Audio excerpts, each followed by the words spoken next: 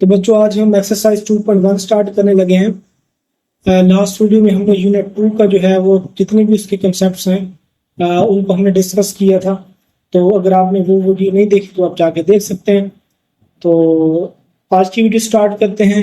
2.1 question number 1 है, right the following quadratic equation in standard form. हमारे पास equation दी गई होंगी, क्वाड्रेटिक इक्वेशंस, जिनको हमने स्टैंडर्ड फॉर्म में लिखना होगा। तो हमारा पार्ट नंबर 1 है 3x minus 1 minus equal to 2x square. तो इसको अगर देखें, अगर आपने वीडियो वाली देखी है जो प्रीव्यू वाली वीडियो थी, इसके आल कंसेप्ट वाली लास्ट वीडियो, उसके अंदर हमने ये डिस्कस किया था कि जो क्वाड्रेटिक इक्वेशन है उसकी स्टैंडर्ड फॉर्म क्या है। तो उस स्टैंडर्ड फॉर्म के हिसाब से हमने इसको, इस इक्वेशन को जो है वो उस फॉर्म में लेके जाना है। तो अगर आपने वीडियो नहीं भी देखी तो आप यहाँ से हम इसको शुरू से लेके चलेंगे। तो होता ही है कि क्वाड्रेटिक इक्वेशन की जो स्टैंडर्ड फॉर्म है उसमें सबसे पहली जो टर्म लिखी होनी चाहिए वो एक्स स्क्वायर वाली टर्म होनी चाहिए। तो ये इस साइड भी इक्वल की पड़ी है, तो हम ये जो दोनों टर्म्स हैं एक्स वाली और कॉन्स्टेंट वाली, इसको उठा के इस तरफ लेके आएंगे और पीछे क्या रह जाएगा, जीरो। तो इस तरफ लिखें या इस तरफ लिखें, इक्वल लगा हुआ है तो आप बेशक इस तरफ लिख लें या इस तरफ लिख लें, तो नो इशू, ठीक है।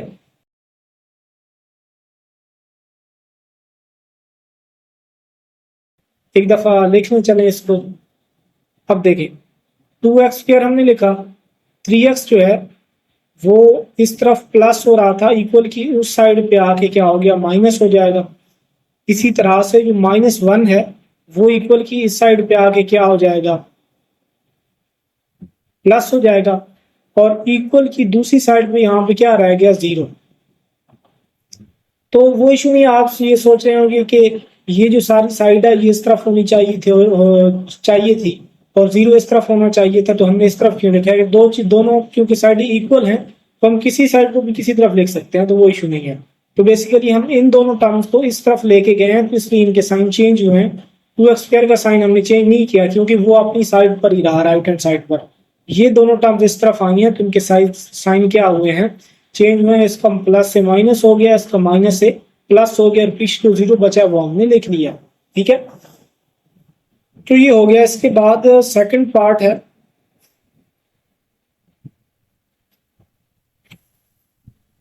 अब यहां पे देखें, कई दफा आप सॉल्यूशन में लिख लें अपने क्वेश्चन को। अब यहाँ पे आप देखें तो ये काफी जो है वो इसको सिंपल करने वाला काम हमने करना है, इसको सिंप्लीफाई करना पड़ेगा हमें, तब जाके एक क्वाड्रेटिक इक्वेशन की फॉर्म बनेगी, फिर उसको हम स्टैंडर्ड फॉर्म बना देंगे। तो हम ये कर सकते हैं कि 2x जो है वो, क्योंकि ब्रैकेट लगी हुई है तो वो x के साथ भी मल्टीप्लाई होगा और 1 के साथ भी।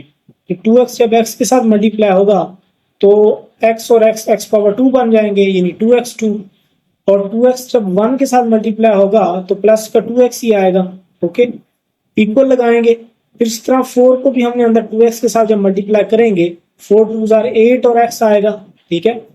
और ये प्लस सेम लगाएंगे और 4 3 आर 12 बनेगा। देखें, एक्स स्क्वायर वाली टर्म इधर पड़ी हुई है, तो आप इस साइड वाली जितनी भी टर्म्स हैं उनको उठा के इस तरफ लेके आ जाएं, ठीक है। तो पहले हम ये लिख लेते हैं, 2x स्क्वायर प्लस 2x। अब 8x जो इक्वल की राइट हैंड साइड से लेफ्ट हैंड साइड पे आएगा तो ये प्लस का है तो माइनस का 8x हो जाएगा, ठीक है। और ये प्लस का 12 है तो ये इस साइड पे आके माइनस का 12 हो जाएगा, और उधर इक्वल में जो है वो आपके पास जीरो रह जाएगा, ठीक है। तो इसके बाद अब देखें, 2x स्क्वायर वाली तो और कोई टर्म है नहीं, तो इसको हम वैसे ही लिख लेंगे। एक्स वाली दो टर्म्स हैं, एक के साथ प्लस है एक साथ माइनस है, तो प्लस माइनस क्योंकि माइनस होता है तो अब मतलब सामने माइनस करना है इनको, 2 में से माइनस होगा तो माइनस का 6x आएगा, क्योंकि बड़ी वैल्यू के साथ माइनस का साइन है। और ये जो हमारा 12 था -12, उसको हम सेम लिख लेंगे और ये आपको फाइनल स्टैंडर्ड फॉर्म पानी, ठीक है। अगर आप चाहें तो 2 कॉमन भी यहाँ से ले सकते हैं, 2 क्योंकि तमाम अंदर नंबर्स के साथ डिवाइड हो रहा है तो 2 कॉमन आप ले लें। और फिर 2 क्योंकि इधर मल्टीप्लाई हो रहा है तो दूसरी तरफ 0 के साथ डिवाइड होगा तो ये 0 बन जाएगा। तो x square minus 3x minus 1 equal to 0 आपका आंसर आएगा। अदरवाइज ये भी स्टैंडर्ड फॉर्म ही है, लेकिन अगर आप यहाँ से 2 कॉमन ले लेते हैं तो it will be better for you. Third part है 2x² minus 4x equal to 4x plus 7। Solution में एक दफा अपना क्वेश्चन हम देख लेते हैं। अब यहाँ पे देखें तो कुछ मल्टीप्लाई करवाने वाला सीन है नहीं, जैसे यहाँ पर था तो यहाँ पर मल्टीप्लाई करवाना था तो हमने करवा दिया, यहाँ तक हम पहुंच चुके उस वक्त। तो अब यहाँ से हमने जो आगे काम किया है वो हमने इस क्वेश्चन के अंदर करना है। 2x² वाली साइड पर टर्म्स को लेके आना है, इन वाली टर्म्स को, ये जो इस साइड पे पड़ी है ना, इनको x² वाली टर्म्स की साइड पे लेके आना। तो 2x² माइनस 4x हम सेम लिखेंगे। 4x प्लस का है इक्वल की लेफ्ट हैंड साइड पे माइनस का हो जाएगा 4x, और 7 प्लस का है तो ये भी माइनस का आके हो जाएगा, और उस तरफ 0। ठीक है, अब यहाँ पे देखें उसी तरह से x² वाली एक ही टर्म है तो उसको लिख लें। x वाली दो टर्म है, माइनस माइनस प्लस हो तो होंगे आपस में 4 और 4 8x बनेंगे, और साथ में माइनस का साइन लगेगा क्योंकि दोनों के साथ ही माइनस है। प्लस जो आपका ये -7 है उसको आप सेम लिख लें। तो ये आपका जो है वो स्टैंडर्ड फॉर्म बन चुकी है। इसके बाद नेक्स्ट पार्ट देखें, 4 into 3x minus 2 equal to 9x²। एक दफा हम लिख लेते हैं। यहाँ पे देखें मल्टीप्लिकेशन हो रही है, 4 3 12x बनेगा, और माइनस लगा के 4 2 8 इक्वल की साइड पे 9x² सेम लिखेंगे। अब देखें x² वाली साइड पे टर्म्स को लेके जाना होता है, तो 12x प्लस का उधर जाके माइनस का हो जाएगा, 8 माइनस का उधर जाके प्लस का हो जाएगा। तो ये हमने उस साइड पे जाके इनको लिख लिया और पीछे 0 रह गया। ठीक है, तो ये आपका फाइनल आंसर है। ओके, इसके बाद पार्ट नंबर 5 है 2x plus 1/x equal to 5 minus 1/x और x नॉट इक्वल टू 0। यहाँ पे x नॉट इक्वल टू 0 का ये मतलब है अगर यहाँ पे x 0 होगा, यहाँ पर अगर 0 हो गया तो 1/0 का आंसर क्या आएगा 0, और यहाँ पर भी 0 हो जाएगा तो हमारे पास बचेगा क्या 2x और 5। तो फिर ये क्वाड्रेटिक इक्वेशन नहीं रहेगी, क्योंकि क्वाड्रेटिक इक्वेशन में तो x की जो पावर होती है वो 2 होती है, तो यहाँ पे फिर क्या रह जाएगी सिर्फ 1, क्योंकि ये तो दोनों हो जाएंगे 0। तो इसलिए वो कह रहा है कि x जो है वो 0 नहीं होगा। ओके, आगे चलें, एक दफा लिख लेते हैं। अब आपने मल्टीप्लाई करवाना है x को both side of the equation. अच्छा, आपने ये क्यों करवाना है? क्योंकि हमने डिनोमिनेटर में से इस x को क्या करना है, खत्म करना है। तो उसी सूरत में x यहाँ से डिनोमिनेटर में खत्म हो सकता है अगर इस x से मल्टीप्लाई करवा दिया जाए पूरी इक्वेशंस को। तो यहाँ पर जब x मल्टीप्लाई होगा तो कट जाएगा, यहाँ पर भी जब x मल्टीप्लाई होगा तो इसके साथ कट जाएगा। ओके, तो ये इसलिए हम x मल्टीप्लाई करवा रहे हैं। अब हम x एक दफा मल्टीप्लाई में लिख देते हैं ताकि आपको कंफ्यूजन ना बने। अब देखें x 2x से मल्टीप्लाई होगा तो 2x², x जब इधर मल्टीप्लाई होगा तो नीचे वाला x से कट जाएगा, सिर्फ 1 रह जाएगा हमारे पास।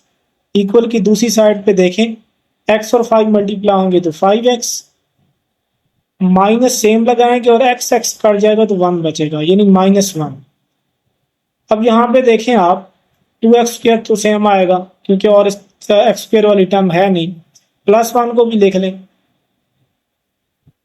ये जो इस साइड इक्वल की पड़ी है दोनों टर्म 5x और -1, इसको इक्वल की लेफ्ट हैंड साइड पे जब लेके आएंगे तो साइन चेंज होंगे, माइनस का 5x हो जाएगा और प्लस का 1, और उधर रह जाएगा उस साइड पे राइट हैंड साइड पे आपके पास 0। अब यहाँ पे फिर 2x के सेम लिखेंगे।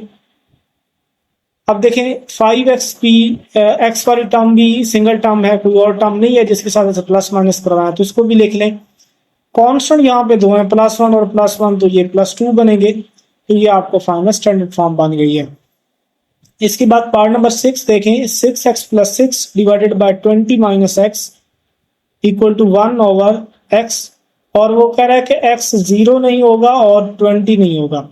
अब यहाँ पे समझ लें 0 यहाँ पे अगर हुआ तो ये सारा 0 हो जाएगा, ठीक है, और 20 अगर हुआ तो ये वाला यहाँ पे अगर 20 पुट करें तो 20 - 20 0, तो ये भी सारा 0 हो जाएगा और ये भी 0 हो जाएगा। तो हमारी फिर क्वाड्रेटिक इक्वेशन बचेगी नहीं। तो इसलिए वो कह रहा है कि x0 और 20 नहीं होंगे। एक दफा लिख लेते हैं। अब हम क्रॉस मल्टीप्लाई करवाएंगे इन नंबर्स को। क्रॉस मल्टीप्लाई क्यों करवाएंगे? क्योंकि ये सबसे आसान मेथड है। एक्स को इधर मल्टीप्लाई करवा लें, इसको इधर करवा लें, तो इसमें ये होगा, आपको फायदा ये होगा कि आपका ये जो फ्रैक्शन बनी हुई है ना, ये खत्म हो जाएगी। ठीक है, तो आपको ऐसे नॉर्मल जो है वो सिर्फ नॉमिनेटर की फॉर्म में आपको मिल जाएगा, आपका इक्वेशन आपको मिलेगी। तो x जाके 6 + 6 से मल्टीप्लाई होगा और ये x जाके 1 से मल्टीप्लाई होगा 20 - x। तो अब देखें, अब x 6x से मल्टीप्लाई आएगा तो 6x², और x 6 से मल्टीप्लाई आएगा तो 6x। फिर इक्वल की दूसरी साइड पे 120 से मल्टीप्लाई आएगा तो 20 आएगा, और 1 फिर -x से मल्टीप्लाई आएगा तो -x मिलेगा। अब 6x² सेम लिखें, 6x सेम लिखें। अब हमने करना ये होता है नेक्स्ट कि हमने जो इक्वल की राइट हैंड साइड पे टर्म्स हैं उनको उठा के 6x² वाली जो साइड यानी कि लेफ्ट हैंड साइड है वहां पे लेके आना होता है, तो वो हम लिख लेंगे यहाँ पर। अब हम 6x² सेम लिखेंगे, 6x और +1x का आंसर 7x आएगा, और -20 सेम लिखेंगे इक्वल टू 0।